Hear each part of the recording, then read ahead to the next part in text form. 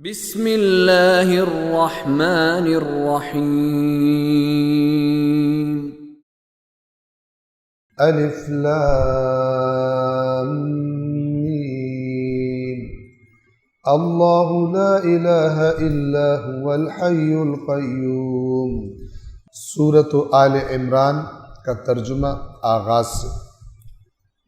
رحمان و رحیم اللہ کے نام سے۔ الف لام میم اللہ لا الہ الا هو الحی القیوم۔ اللہ وہ ہے کہ جس کے سوا کوئی لائق عبادت نہیں۔ الہ اسے کہا جاتا ہے کہ جو قابل پرستش اور قابل عبادت ہوتا ہے۔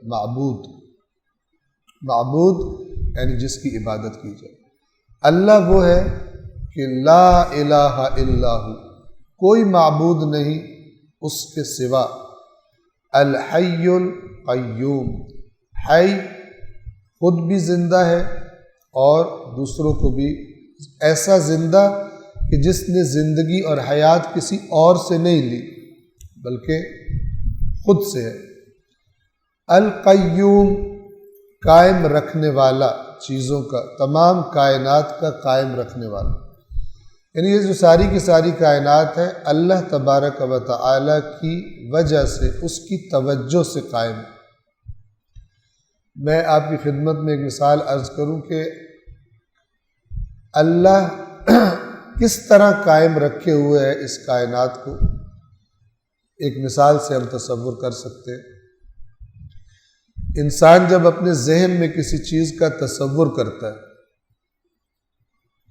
مثلاً آپ اپنے ذہن میں کسی چیز کی تصویر بناتے ہیں، خانہ کعبہ کا تصور کرتے ہیں، کسی اور چیز کا تصور کرتے ہیں، وہ تصور کب تک باقی ہے؟ اس کا وجود کہاں ہے؟ آپ کے دماغ میں۔ وہ وجود کب تک باقی ہے؟ جب تک آپ کی توجہ ہے۔ آپ سوچ رہے تھے، خانہ کعبہ آپ نے ذہن میں بنایا ہوا تھا مثلاً، اور اچانک آپ کو کسی نے آواز دی، جیسے ہی آپ کی توجہ ہٹی اب وہ تصویر کہاں ہے؟ کہیں بھی نہیں، اس کا وجود ختم۔ تو اللہ کا اور ہمارے وجود کا رشتہ ایسا ہے کہ اگر وہ توجہ ہٹا دے تو کچھ بھی باقی نہیں بچتا۔ چونکہ ہم جو ارادہ کرتے ہیں اس کا وجود یہاں پہ بنتا ہے، اور یہ جو کائنات ہے یہ اللہ کے ارادے سے وجود میں آئی ہے۔ اور اگر اللہ کا ارادہ ہٹے، مختلف لفظوں میں ہم کہہ سکتے ہیں تصور کرنے کے لیے، ذہن میں بات کو سمجھنے کے لیے، وہ توجہ ہٹائے، اس کا ارادہ اگر نہ ہو تو یہ ساری کی ساری کائنات ختم ہو جائے گی، تباہ برباد ہو جائے گی۔ قرآن نے بتایا ان اللہ یمسک السماوات والارض ان تزولا، یقیناً اللہ ہے جس نے تھام کے رکھا ہوا ہے، روک کے رکھا ہوا ہے آسمانوں اور زمین کو کہ وہ ان تزولا، زائل نہیں ہوتے۔ زائل کسے کہتے ہیں؟ آپ کہتے ہیں میرے سر میں درد تھا، میں نے گولی کھائی، دوا کھائی تو درد زائل ہو گیا۔ زائل ہو گیا یعنی ختم ہو گیا، اس چیز کا اثر زائل ہو گیا یعنی ختم ہو گیا۔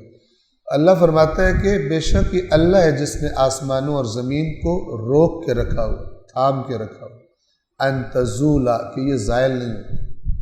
وَلَئِنْ زَالَتَا، اور اگر یہ زائل ہونے لگے، یعنی اللہ اگر چھوڑ دیں اس کائنات کا نظم، ہر چیز کا اپنے ایک خاص ٹریک پر کام کرنا، چاند کو دیکھیں، سورج کو دیکھیں، زمین کی گردش کو دیکھیں، اپنے محور کے گرد زمین کا گھومنا، خود بھی گھوم رہی ہے، سورج کے گرد بھی گھوم رہی ہے، سورج کی حرکت، پھر اس کے بعد ستاروں کی حرکتیں، سیاروں کی حرکتیں، کہکشاؤں کی حرکت، یہ ساری کی ساری خدا فرماتا ہے کہ تھام کے اس کو میں نے کنٹرول میں رکھا ہوں۔ اور اگر یہ برباد ہونے لگے، تباہ ہونے لگے، ٹکرانے لگے، بس ختم ہونے لگے، ان امسکہما من احد من بعد، تو کوئی نہیں ہے کہ جو ان کو پھر روک سکے اللہ کے بعد۔ صرف خدا ہے کہ جس نے یہ ساری کائنات بنائی بھی ہے اور اس کو روک کے بھی رکھا ہوا۔ ایک دفعہ یہ جو ایک ویب سائٹ ہے رشیا ٹوڈے RT.com، تو اس میں ایک آرٹیکل پڑھ رہا تھا اس کے بارے میں، جو بگ بینگ کے بارے میں کافی زیادہ آرٹیکلز چھپے تھے 2014 کی بات ہے، تو وہاں پہ ایک آرٹیکل میں ان کا کہنا یہ تھا کہ اگر یہ کائنات دھماکے کے نتیجے میں وجود میں آئی ہے، بگ بینگ کے نتیجے میں وجود میں آئی ہے، تو پھر جیسے وجود میں آئی تھی اس کو ٹھہرنا نہیں چاہیے تھا، ویسے ہی کچھ عرصے کے بعد ختم بھی ہو جانا چاہیے تھا۔ اور دھماکے کے نتیجے میں تو بلاسٹ کے نتیجے میں، بینگ کے نتیجے میں کوئی نظم وجود میں نہیں آتا، بلکہ چیزیں بس ایک بد نظمی سے بکھر جاتی ہیں۔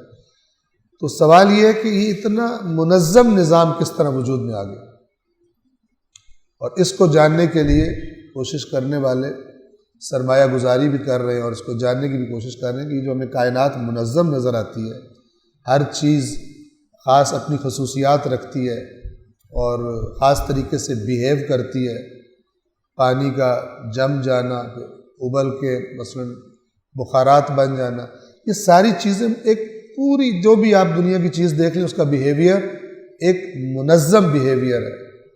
سوال یہ کہ یہ کہاں سے آیا؟ مادہ تو بے شعور ہے، میٹر شعور نہیں رکھتا، تو یہ کہاں سے آیا؟ تو وہ ایک جو عرض کر رہا تھا کہ جیسے یہ بنی تھی ویسے اس کو ختم بھی ہو جانا چاہیے تھا، لیکن روک لیا۔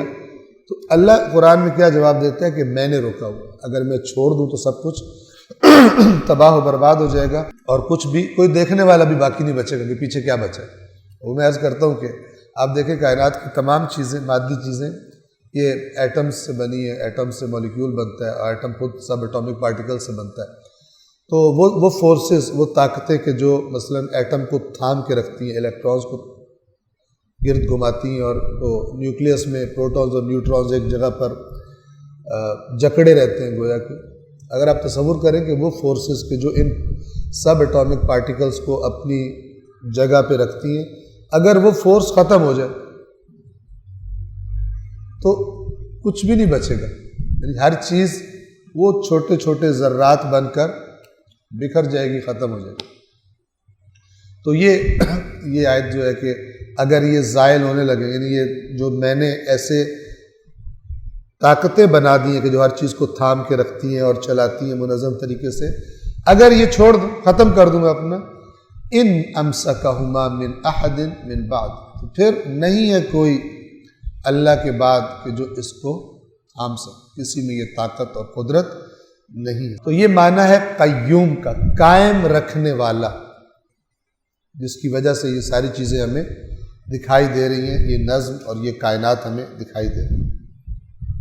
صدق اللہ العلی العظیم۔